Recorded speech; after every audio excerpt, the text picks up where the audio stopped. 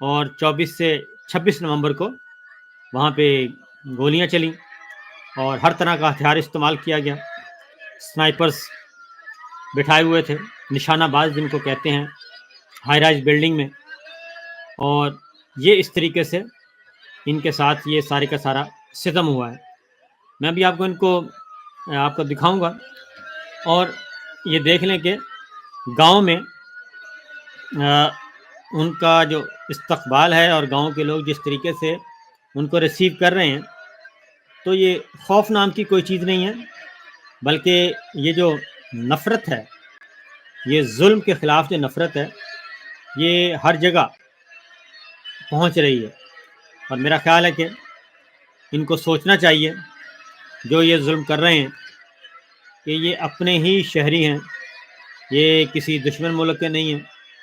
اور دشمن ملک کے ہوں تو پھر بھی مانا جاتا ہے کہ جی دشمن ملک کے ہیں, دہشت گرد ہیں, دہشت پھیلا رہے تھے اور کوئی عالمی قوانین کی خلاف ورزی کر رہے تھے. ایسا بھی نہیں ہے, بلکہ یہ سیدھی بالکل اسٹیٹ سادہ لوگ تھے اور یہ آئے تھے, اور ہم نے دیکھا سینکڑوں کلومیٹر کا فاصلہ انہوں نے طے کیا اور ایک گملہ تک نہیں ٹوٹا, کوئی گاڑی نہیں ٹوٹی.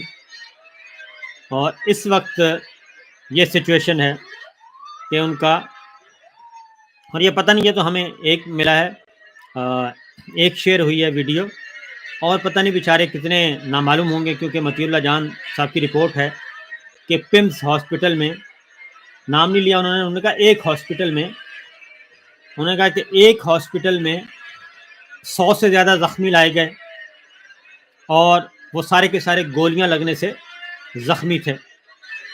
پھر حسن ایوب کی بھی ایک ٹویٹ ہے جس میں وہ کہتے ہیں کہ 100 گاڑیاں جو ہیں وہ تباہ کر دی گئیں اور 100 سر کچل دیے گئے, وہ بھی ایک موجود ہے. پھر ہسپتالوں کا ریکارڈ بھی غائب کیا گیا, اور پھر اندر اور باہر رینجرز بھی تعینات کیے گئے. یہ سب کچھ ہوا, اور یہ سارے کے سارے مناظر ہیں. ابھی میں آپ کو ان کی, جب یہ زندہ تھے, جب یہ آ رہے تھے اسلام آباد کی طرف, تو وہ بھی میں آپ کو سنواتا ہوں. پرعزم تھے اور عمران خان صاحب کے یہ بہت بڑے دیوانے بھی تھے, اور وہ یہ کہہ رہے تھے کہ میں تو بالکل جان کی کوئی پرواہ نہیں, ہم نے سسٹم ٹھیک کرنا ہے, ملک ٹھیک کرنا ہے, اور اپنے جو حقوق ہیں وہ حاصل کرنے, اور ان حقوق کے لیے ہم نکل رہے ہیں. تو یہ سچویشن ہے. اب میں آپ کو ذرا ان کا جب یہ زندہ تھے ان کی بھی وہ بھی آپ کو میں سناتا ہوں جی, کیونکہ تاکہ آپ کو پتہ چل جائے کہ یہ کون سے کارکن تھے.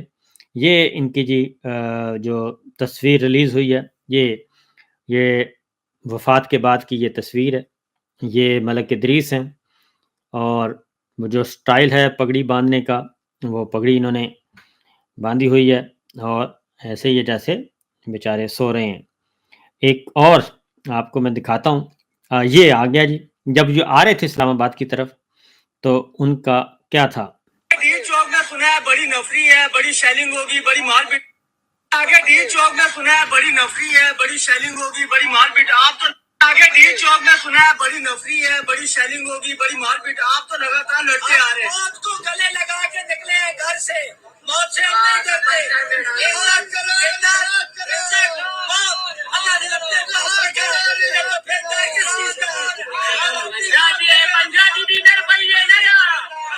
تو وہ یہ کہہ رہے تھے کہ جناب ہم تو نکلے ہیں اپنے حقوق کے لیے, اور پھر ڈر کس چیز کا, اور اسی لیے یہ سب کچھ ہو رہا ہے اور اتنا ظلم ہو رہا ہے. اصل معاملہ یہی ہے جی کہ جب تک یہ ظلم ہوتا رہے گا. آپ کو ایک اور بھی سنواتا ہوں ہاسپٹل کی, جب یہ کچھ بہتر ہوئے, اور ہاسپٹل کی ان کی ویڈیو ہے وہ بھی سن لیں. چلو اور گھر بار میں سب خیریت ہے. میں بالکل اللہ کا شکر ہے, الحمدللہ ٹھیک ہوں.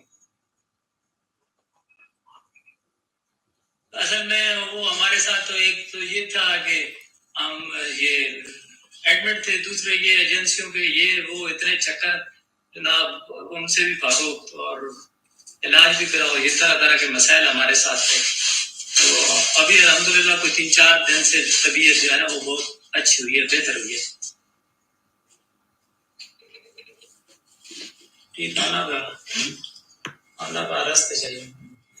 تو یہ ہے صورتحال جناب.